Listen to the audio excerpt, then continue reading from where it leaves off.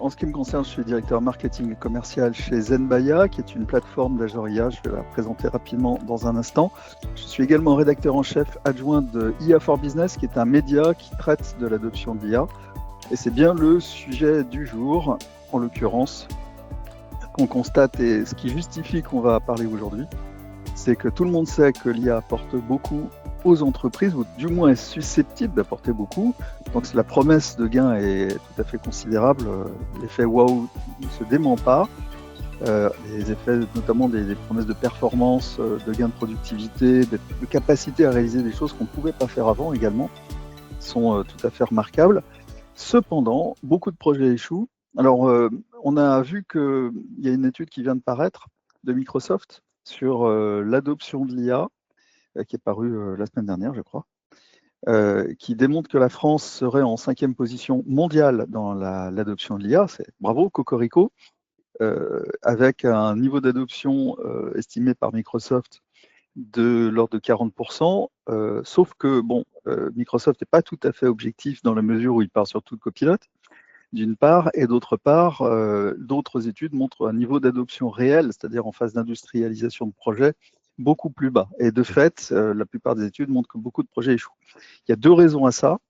La première, c'est la sécurité, en fait. Pour simplifier, hein, le Shadow IT, c'est aussi le fait que les usages ne sont pas tout à fait clairs, ne sont pas très encadrés encore aujourd'hui. Et donc pour les RSSI des entreprises, des grandes entreprises comme partout ailleurs, ben, c'est compliqué, d'où une certaine méfiance. Et puis l'autre cas, enfin l'autre raison, c'est la complexité d'intégrer cette puissance hors norme qu'apporte l'IA générative dans des métiers qui existent déjà depuis des années, depuis parfois des dizaines d'années, avec des process qui ont déjà fait leurs preuves, qui n'ont pas attendu l'IA pour ça. Donc comment réintégrer ça? C'est assez complexe. Facile de demander typiquement à une IA de rédiger une annonce d'emploi, c'est beaucoup plus compliqué de lui demander de piloter un process de recrutement de A à Z. Notre réponse chez Zenbaya, elle est technologique. Et on va voir que ça ne suffit pas, mais c'est déjà un premier élément, et c'est évidemment un élément essentiel.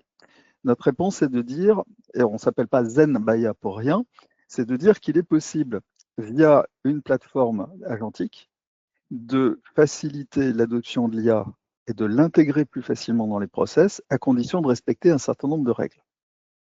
Et la première des règles qu'on s'impose dans la plateforme qu'on met à disposition de nos clients, c'est de fournir une plateforme qui est très complète et très ouverte pour créer des agents.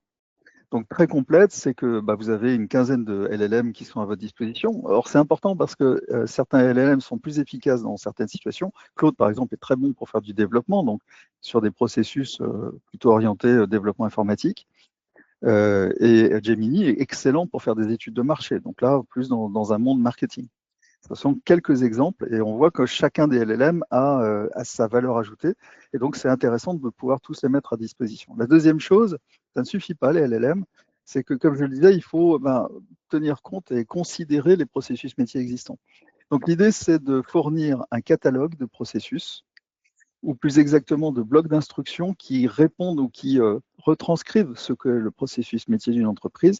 Et ces blocs d'instructions, on appelle aussi des prompts, hein, que vous connaissez, eh bien, ils sont fournis sous une forme donc, de catalogue et surtout, ils peuvent se parler les uns aux autres. On peut les enchaîner et c'est comme ça qu'on reproduit fidèlement le processus métier d'une entreprise, que ce soit un processus de recrutement, d'acquisition de leads, de génération de sites web, de formation d'équipes, etc. Le troisième point qui nous a paru au fur et à mesure essentiel, au fur et à mesure qu'on a avancé, ça fait plus de 4 ans, 5 ans maintenant qu'on développe cette plateforme, c'est le fait de proposer dans la plateforme du multimodal le plus complet possible. Parce qu'il y a des cas de figure où il faut produire du texte. Dans d'autres cas de figure sont plutôt des images, d'autres cas de figure sont des slides, des infographies, de la vidéo. Il faut pouvoir générer des bots et des avatars, il faut pouvoir faire du podcast, etc. Et donc, il faut pouvoir mettre en œuvre l'ensemble de ces éléments multimédia qui œuvrent à faciliter l'adhésion et l'adoption de l'IA dans les équipes. Et puis le dernier point, on parle d'insertion, on parle d'adhésion, donc forcément c'est insertion aussi dans le tissu applicatif de l'entreprise. Donc c'est une plateforme qui doit être totalement ouverte et qui l'est. On peut fonctionner par API, par webhook, par connecteur, on peut faire du MCP, travailler avec d'autres agents comme N8N ou MEC. Et donc, en fait, on peut du coup discuter avec un CRM, avec un ERP, avec une GED, récupérer des informations, renvoyer, et puis bien sûr faire du RAG. Et pour ceux qui connaissent un peu le sujet, appeler des bases de connaissances de l'entreprise pour que l'agent soit, entre guillemets, encore plus intelligent. Et du coup, la façon d'organiser, de créer un agent, donc qui est la première chose à réaliser pour que ce soit facile à intégrer dans les processus métiers de l'entreprise, c'est très simple. Vous avez une fenêtre de contexte. Donc là, on est dans une fenêtre de création d'agent. Vous avez une fenêtre de contexte. Vous avez les différents blocs d'instructions, les prompts dont je parlais, le catalogue, là, et ils se répondent tous les uns aux autres. Et puis, vous avez en dessous les résultats qui, une fois qu'on a cliqué sur des prompts, ça appelle les LLM. Et puis, sur la partie droite, vous avez les fenêtres de paramétrage, de prompting de chacun de ces prompts. Et là, je passe très vite, c'est l'ensemble de ce qui est mis en disposition sur la plateforme. Donc, c'est une boîte à outils très complète. Alors, vous comprenez que du coup, on peut faire plein de choses, mais ce qui intéresse l'utilisateur, c'est pas que ce soit une forte capacité, c'est que ça réponde à ce qu'il veut avoir, lui, visuellement. Et c'est la raison pour laquelle la deuxième étape, la première étape, c'était de fournir une plateforme très complète et très ouverte. La deuxième étape, c'est de réaliser des interfaces d'utilisation qui soient parfaitement adaptées à l'usage que vont faire les utilisateurs. La première chose la plus évidente, c'est que l'agent n'apparaît même pas. Il est intégré dans le CRM, dans le RP de l'utilisateur, dans son logiciel de métier, de façon à ce que lorsqu'il l'utilise, ça lui apporte plus de puissance, mais à la limite, c'est Zenbaia Inside. Il ne voit pas d'agent Zenbaia particulièrement. Mais dans d'autres cas de figure, il est nécessaire de créer des interfaces spécifiques. C'est que, donc, un autre exemple, c'est que dans certains cas, vous connaissez la possibilité de mettre un bot sur un site web qui va discuter avec l'agent et interagir avec l'internaute.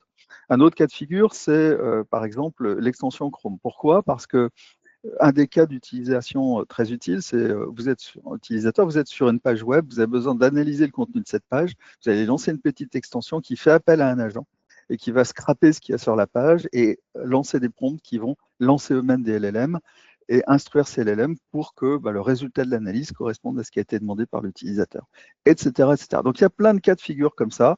Là, c'est un cas où on crée une interface qui livre des leads pour Sage, pour ne pas le nommer. Donc, des leads qui sont livrés à partir de contacts qui ont été scrapés sur le web, qui ont un comportement qui montre qu'ils sont en ce moment intéressés par ce que propose Sage, qui sont enrichis. Un autre agent va aller enrichir et scorer le niveau d'intérêt de l'interlocuteur, du contact. Et puis, on fournit du coup une fiche de contact complète. Pour Sage, là, c'est encore une autre interface. On crée un site web qui crée automatiquement sur un thème donné pour notre client des articles qui sont optimisés SEO-GEO et qui permettent également de générer des interviews avec des contacts intéressants. Donc, en fait, vous voyez, à chaque fois, vous avez une interface différente qui va correspondre exactement, qui va finalement reprendre la façon dont la personne travaillait jusqu'à présent. Là, par exemple, on est un commercial qui répond à un cahier des charges, un CCTP qu'il a reçu. Tout ce qu'il a à faire, c'est donc déclencher ici un petit agent, une petite interface agent, où il pose la question à l'agent, est-ce que tu peux répondre à cette question du cahier des charges? Et l'agent va aller chercher ça dans la base de connaissances de l'entreprise. Voilà. Alors, ça permet du coup, comme je le disais, de reproduire intégralement un processus métier, agent par agent. Donc là, c'est un exemple, c'est marketing-vente. On est très présent dans les domaines marketing-vente chez Zenbaia. On a beaucoup de demandes. C'est un domaine où il y a une bonne maturité des interlocuteurs sur ces sujets, même si on travaille aussi dans d'autres domaines métiers de l'entreprise. Et donc, on est très fiers parce qu'on arrive avec nos clients à obtenir des bons résultats et de faire en sorte qu'on passe du prototype au POC puis à l'industrialisation. On a d'ores et déjà, grâce à ça, et on est très fiers de l'annoncer, gagné un certain nombre de trophées, de concours. On a été primé et distingué. Hier encore, GoToChannel, alors on est particulièrement fiers de l'annoncer parce que c'est un trophée qui est difficile d'obtenir. Il est organisé par le monde informatique, distributique et le salon IT Partners, qui est un des plus gros salons de la distribution informatique en France, si ce n'est le plus gros, je crois, avec plus de 10 000 visiteurs. Donc on a été primé, Yahoo, Oura, et on a le sentiment très, très net avec Hervé sur la gauche et moi je suis le cosmonaute ici d'avoir décroché la Lune. Voilà, merci à tous, passez une excellente fin de journée, un très bon week-end et vive l'IA!